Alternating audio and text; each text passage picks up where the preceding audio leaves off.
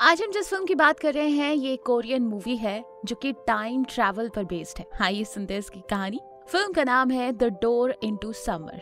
Movie की शुरुआत होती है 1968 से, जिसमें सोइशिरो अपनी लाइफ की स्टोरी बताता है। वो बताता है कि उसकी माँ की मौत उसके पैदा होने के एक हफ्ते बाद हो गई थी। फिर जब वो 17 साल का हुआ तो उसके पिता की भी मौत हो गई। सोइशिरो अपनी जिंदगी में बहुत अकेला महसूस करता है, लेकिन फिर अचानक उसे एक बिल्ली मिलती है जिसका नाम वो पीट रखता है। सोइशिरो के पिता के पुराने दोस्त और प्रोफेसर कोइची ने सोइशिरो को अडॉप्ट किया था। अब सोइशिरो के पास एक नई फैमिली थी। कोइची की एक बेटी रिको होती है जो अब सोइशिरो की बहन बन जाती है। सोइशिरो अपने नए घर में काफी खुश होता है। वो कॉलेज जाके इलेक्ट्रॉनिक्स और मैकेनिकल इंजीनियरिंग की पढ़ाई करता है और घर पर कोइची की लैब में उसके साथ काम करता है। उसे कोइची की लैब में इतना मजा आता है कि वो अपनी सारी प्रॉब्लम्स भूल जाता था। एक दिन न्यूज में दिखाया जाता है कि एक एयरप्लेन क्रैश हुआ है। उस प्लेन में कोइची और उसकी वाइफ थे, जिसके कारण उनकी मौत हो गई। ये देख के रिको और सोइशिरो टूट गए। रिको तब स्कूल में थी, इसलिए उसके अंकल कजीटो उसे अपने साथ ले गए। अब 1995 था और सोइशिरो अब एक अडल्ट था। सोइशिरो की लाइफ में सिर्फ उसकी बिल्ली पीट थी और वो अपना पूरा समय रोबोट्स बनाने में बिताता था। एक दिन न्यूज में दिखाया जाता है कि एक ऐसा रोबोट मार्केट में आया है जो घर के सारे काम कर सकता है और इंसानों की तरह नई चीजें सीख सकता है। न्यूज में दिखाया जाता है कि सोइशिरो इस रोबोट का इन्वेंटर होता है। सोइशिरो फोन पे बात कर रहा था और तभी अचानक बाहर बर्फ पड़ना शुरू हो जाती है। पीट खिड़की के पास जाकर बर्फ देखती है। उसे बर्फ बिल्कुल पसंद नहीं थी और जब भी बर्फ पड़ती थी पीट सोइशिरो को घर के सभी दरवाजे खोलने पर मजबूर करती थी, क्योंकि पीट को लगता था कि इनमें से कोई दरवाजा उसे समर में ले जाएगा। इसके बाद सोइशिरो से मिलने उसकी बहन रिको आती है। वो देखती है कि सोइशिरो एक नए प्रोजेक्ट पर काम कर रहा था जिसमें रोबोट्स में प्लाज्मा बैटरी लगाई जाएगी।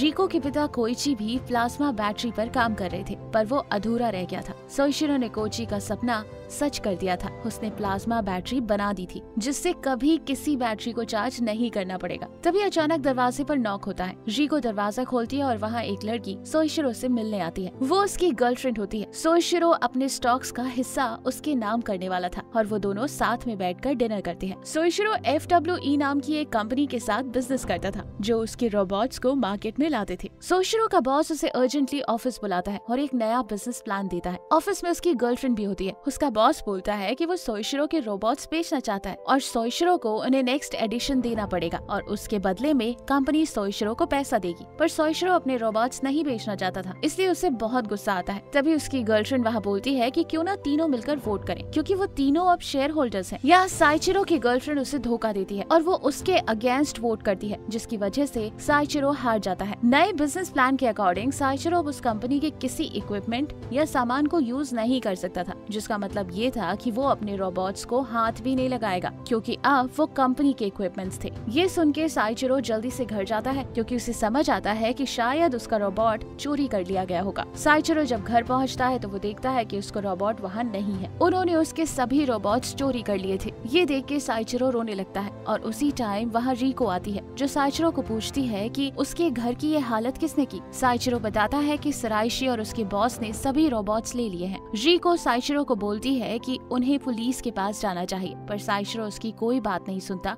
और उससे बहस करता है। रिको साइशिरो के बॉस के घर उससे बात करने जाती है और वहाँ वो देखती है कि साइरिशी उसके बॉस को बोल रही थी कि उन्होंने साइशिरो के घर पर एक बॉम्ब लगाया है। वो बॉम्ब कभी भी फट सकता है। लेकिन तभी बॉस रिको को देख लेता है। वो तुरंत वहाँ से भागती है ताकि वो अपने भाई को इस बॉम्ब के बारे में बता सके। उसका बॉस रिको का पीछा करता है और दूसरी तरफ साइशिरो भी अपने बॉस के घर पहुँच जाता है। वहाँ वो साइरिशी को देख के हैरान हो जाता है और उसे बहुत बुरा लगता है, क्योंकि साइरिशी ने उसे धोखा दिया था। उनकी बहस होने लगती है और साइरिशी सोइशिरो को एक इंजेक्शन देती है। साइशिरो उसी वक्त बेहोश हो जाता है। साइरिशी इसके बाद साइशिरो का बैग खोलती है, जिससे पीठ निकलकर उसको पंजा मार देती है। इसके बाद सिराइशी साइशिरो को एक कैप्सूल में डाल देती है, जिसमें रहने वाले लोग 30 साल तक सोते रहते। साइशिरो 30 साल के बाद जागता है। 30 साल के बाद वो बिल्कुल बूढ़ा नहीं हुआ था। वो बिल्कुल वैसा ही दिखता था जैसा 30 साल पहले दिखता था। ऐसा इसलिए हुआ था क्योंकि वो इस कैप्सूल में था। साइशिरो के साइड पर एक डॉक्टर बैठा था। जब वो खिड़की के बाहर देखता है तो वो हैरान होता है, क्योंकि सारा शहर बदल चुका था। वहाँ बहुत बड़ी बड़ी बिल्डिंग्स बन गई थी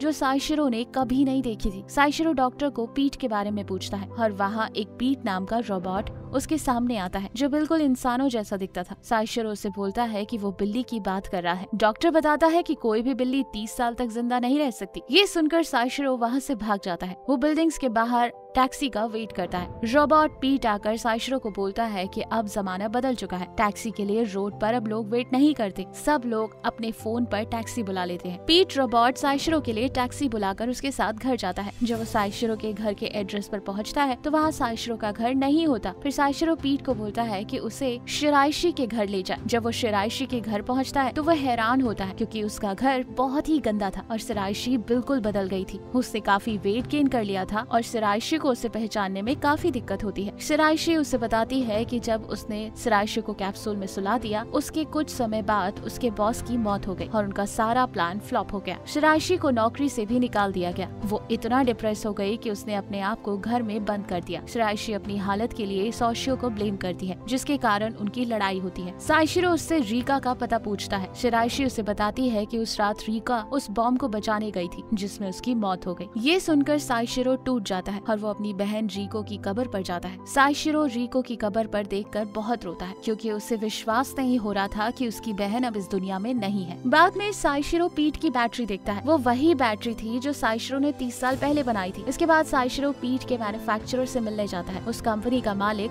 गोटा होता है। गोटा साइशिरो से मिलकर उसे बोलता है कि वो जमाने में उसका आइडियल था। गोटा साइशिरो को देखकर बहुत खुश होता है। साइशिरो देखता है कि वहाँ उसका एक पुराना रोबोट पड़ा हुआ था। साइशिरो पूछता है कि उन्हें ये कहाँ से मिला, तो गोटा बोलता है कि ये कहीं पड़ा हुआ था। साइशिरो गोटा को अपनी सारी स्टोरी बोलता है और उससे मदद मांगता है। गोटा उससे बताता है कि प्रोफेसर टोई साइशिरो की मदद कर सकता है, इसलिए साइशिरो अब टोई को ढूंढने लगता है। पीट और साइशिरो को टोई का एड्रेस मिल जाता है। वो एक बहुत पुरानी बिल्डिंग में रहता था, पर प्रॉब्लम ये थी कि टोई अपना दरवाजा नहीं खोल रहा था। साइशिरो उन्हें मनाने की बहुत कोशिश करता है और आखिर में अपना नाम बोल देता है। साइशिरो का नाम सुनकर टोई तुरंत दरवाजा खोल देता है। टोई साइशिरो से ऐसे बात करता है जैसे उसे बहुत अच्छे से जानता हो, पर साइशिरो को कोई आइडिया नहीं था कि टोई कौन है। टोई उन्हें अंदर लेकर अपनी इन्वेंशंस दिखाता है। टोई की इन्वेंशन एक टाइम मशीन होती है जिससे कोई भी इंसान पास्ट या फ्यूचर में जा सकता था। साइशिरो को समझ आता है कि गोटा ने उसे टोई के पास क्यों भेजा। साइशिरो टोई को अपनी सारी कहानी बताने लगता है और फिर वो टोई से बोलता है कि वो उसे पास्ट में भेज दे ताकि वो अपनी बहन रीको को बचा सके। टोई बताता है कि वो साइशिरो को पास्ट में भेज तो सकता है, पर ये बहुत डेंजरस है। साइशिरो को पास्ट में बहुत कम वक्त बिताना चाहिए, वरना वो वहीं फंस सकता है। टोई उसे चेतावनी देता है कि वो पास्ट में ज्यादा लोगों से बात ना करे और वो उसे कुछ सोने के बिस्किट्स देता है और बोलता है कि पास्ट में जाकर वो उसकी रिसर्च को फंड करे। इसके बाद साइशिरो टोई और पीट को बाय बोलता है। टोई टाइम मशीन चालू करता है, पर तभी पीट भी टाइम मशीन में चला जाता है और साइशिरो के साथ पास्ट में पहुंच जाता है। वो दोनों पास्ट में 30 साल पहले 1995 में पहुंचते हैं। साइशिरो की आंखें खुलती हैं और वो किसी कमरे में काउच पर सोया था। वो देखता है कि उसके सामने एक आदमी टारो बैठा हुआ था और वो उसे बताता है कि वो पास्ट में आ गया है और वो इस वक्त 1995 में है। टारो उससे बोलता है कि वो कमरे के लिए उससे फीस लेगा। टारो ने खुद साइशिरो के साथ गोल्ड को बेचकर कैश जमा कर लिया था, जिसमें से वो अपनी फीस लेता है और बाकी साइशिरो को दे देता है। अगले दिन साइशिरो जवान टोई से एक रेस्टोरेंट में मिलने जाता है, यानी कि वो पास्ट वाला टोई था। वो दोनों काफी बातचीत करते हैं और टोई अपने टाइम मशीन के प्रोजेक्ट के बारे में साइशिरो को बोलता है। वो बताता है कि उनके पास पैसे नहीं है, जिसके कारण उन्होंने ये प्रोजेक्ट बंद कर दिया। ये सुनकर साइशिरो उन्हें अपने सारे पैसे देता है और उस रेस्टोरेंट में एक छोटा लड़का भी होता है जो असल में गोटा होता है। गोटा ही फ्यूचर में पीट को बनाएगा। इसके बाद साइशिरो शिराइशी के घर जाता है, जहाँ वो दूसरे साइशिरो को बेहोश करने वाली थी। पीट घर में जाकर दूसरे साइशिरो को वहाँ से ले जाता है, जो कैप्सूल में बेहोश होता है। रोबोट पीट वहाँ से साइशिरो की बिल्ली पीट को बचा लेता है। इसके बाद साइशिरो अपनी बहन रीको को बचाने के लिए जाता है और वो उसे सही समय पर रोक देता है और साथ ही साथ वो अपने घर की लैब को नष्ट कर देता है। साइशिरो और रीको वहाँ से निकल जाते हैं, जिसके बाद वहाँ बॉम्ब ब्लास्ट होता है और साइशिरो का सारा घर उड़ जाता है। साइशिरो रीको को सारी बात बताता है और वो ये सब सुनकर हैरान हो जाती है। साइशिरो उससे बोलता है कि वो अपना ध्यान रखे क्योंकि उसे जाना होगा। रीको उसे रोकने की बहुत कोशिश करती है, पर साइशिरो कहता है कि वो उससे 30 साल बाद फिर मिलेगा। साइशिरो इसके बाद पास्ट वाले साइशिरो के पास जाता है, जो कैप्सूल में सोया होता है। इसी के साथ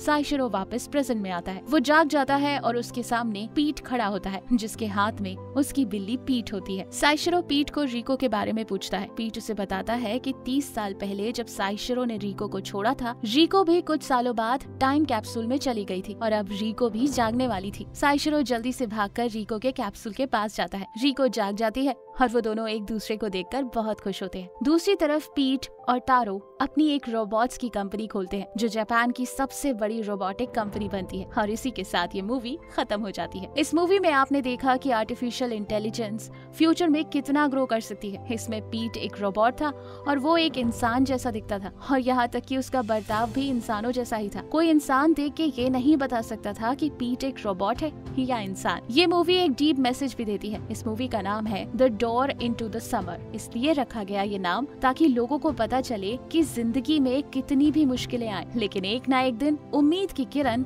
जरूर वापस आती है। ये मैसेज बिल्ली पीट के थ्रू दिखाया गया है। पीट को विंटर्स बहुत गंदे लगते थे जिसकी वजह से वो घर के सारे दरवाजे खोलती थी इस उम्मीद से कि शायद कहीं से समर आ जाए। Hope in motivational and knowledgeable movie से हम इंस्पायर हो रहे होंगे। अगर आपको लगता है कि ये वीडियो आपके किसी फ्रेंड या फैमिली मेंबर को इंस्पायर कर सकती है तो ये वीडियो उनके साथ जरूर शेयर करें। अगर आप हिंदी में फ्री में 200 से ज्यादा amazing non fictional book summary सुनना या पढ़ना चाहते हैं तो आप डिस्क्रिप्शन या फर्स्ट कमेंट में दिए गए लिंक से ऐप डाउनलोड कर सकते हैं। एनीवेज दोस्तों, अगर आप ऐसी ही नॉलेजेबल वीडियोस मिस नहीं करना चाहते तो सब्सक्राइब करने के बाद बेल का बटन दबाना मत भूलिएगा। आप कमेंट करके ये भी बता सकते हैं कि आप नेक्स्ट वीडियो किस टॉपिक पर चाहते हैं। जल्द ही हम आपसे दोबारा मिलेंगे। जय हिंद।